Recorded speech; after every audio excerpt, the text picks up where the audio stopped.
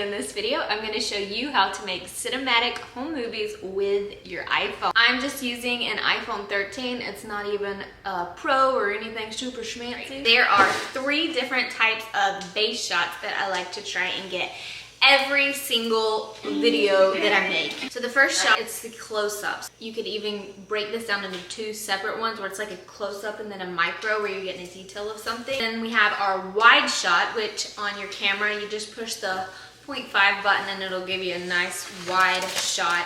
And last but not least, the medium shot. And that's from about the waist up, kind of like what you see now is medium shot. Or with working with kids, sometimes I'll also consider a medium shot, just like where it's kind of close up to them. You can see the majority of their body, like if they're sitting down. It's not like right up on their face, but you can't see a ton of surroundings. So it's like pretty close to them. So I would consider that a medium shot as well. To do a voiceover, just kind of explaining what I'm doing. So the first thing I like to do, just so I don't forget, is establish the location. And right now this is my living room. So I'm gonna get the wide shots. That's 0.5 on the regular video camera. And I'm gonna move my camera, hold my phone from one corner, like the top of the room, and kind of slowly pan down to the bottom corner. And just also remember something to note here, how fast you're moving in person, it looks way faster on camera whenever you're trying to edit. So go a little bit slower than you think you need to go. Try out different things to kind of find your own creative flow for this. And I get several wide shots. Let's just say I get 2 to 3 from each angle, and then I get like 3 to 4 angles to make sure I have plenty to work with. And I like to get some close-up detailed shots, and I try to focus like on the actual environment at this point. I also really like movement within my shots. What I mean by that is I either like the camera to be slowly moving, or something, if it's going to be a stagnant shot where the camera's not moving, then I like to be capturing motion that's happening in real life. So if the kids are moving around crazy or something just moving in frame, then I may keep my camera still. However, if it's something that is just sitting there, like a decoration or whatever, I like to make sure that the camera is lightly moving. That's just a personal style preference. I like to get at least 5 to 10 close-up detailed shots to help introduce the place. I won't use them all, but that gives me plenty of options to use when editing. All right, now that you've gotten your establishing shots, we're gonna get to the core shots, the memories, the moments, the main part of your home movie. There you are.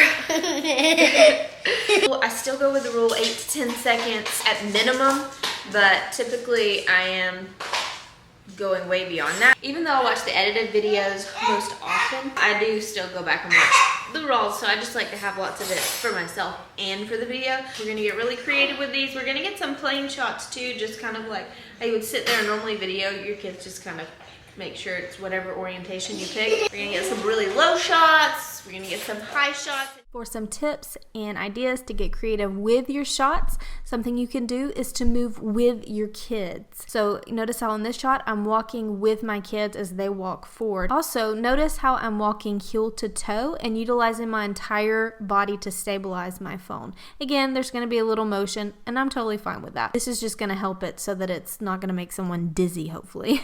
Something else that can really make something look cinematic is to start filming with something in the foreground. In this shot, the gate fence thing that's around our fireplace is in the foreground while my son is behind it, and then I'm slowly panning the camera away from the gate with it slowly getting out of shot to my son.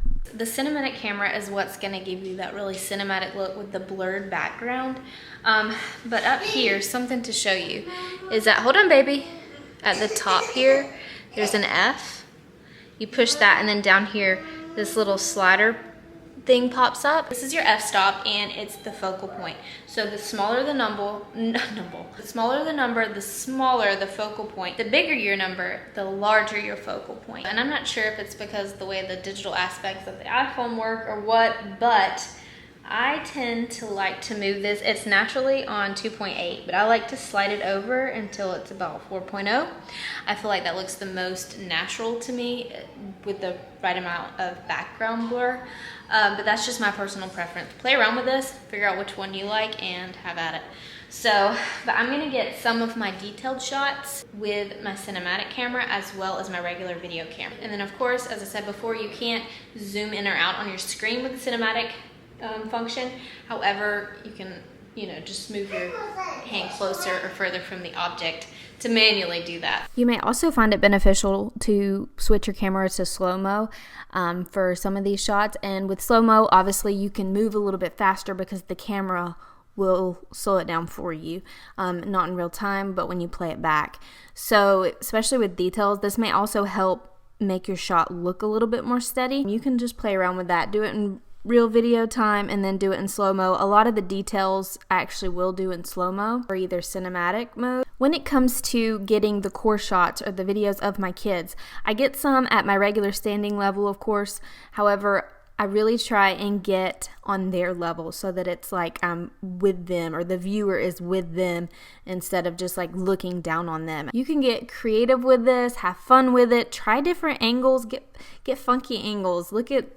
Get down like on your hands and knees and crawl around your house like from your kid's perspective, and you'll see like a whole new world and hopefully get new ideas. And even though I film in my living room a gajillion times, sometimes I get stuck and I'm like, I don't know how else to video this room, but then I just keep at it, and eventually I will think of something, maybe take a break or the next time I make a video, and if it starts looking the same, that's totally fine. And some of it's not going to work out and some of it will, and that's okay for both. This doesn't have to be perfect, so that's the main thing that I want to stress, and it's definitely not going to be perfect the first time, but even on your 100th time, it may not be perfect, but I personally feel like that's part of the beauty of it. Like, our life isn't perfect, so the video doesn't need to be perfect. I really recommend practicing, trying different things, and you don't have to do things in order specifically. So if you want to get the core shots and get the detailed shots or the establishing shots later, that's totally fine. I a lot of times like to work in order because it helps, or in order of how I want to make my video, because it helps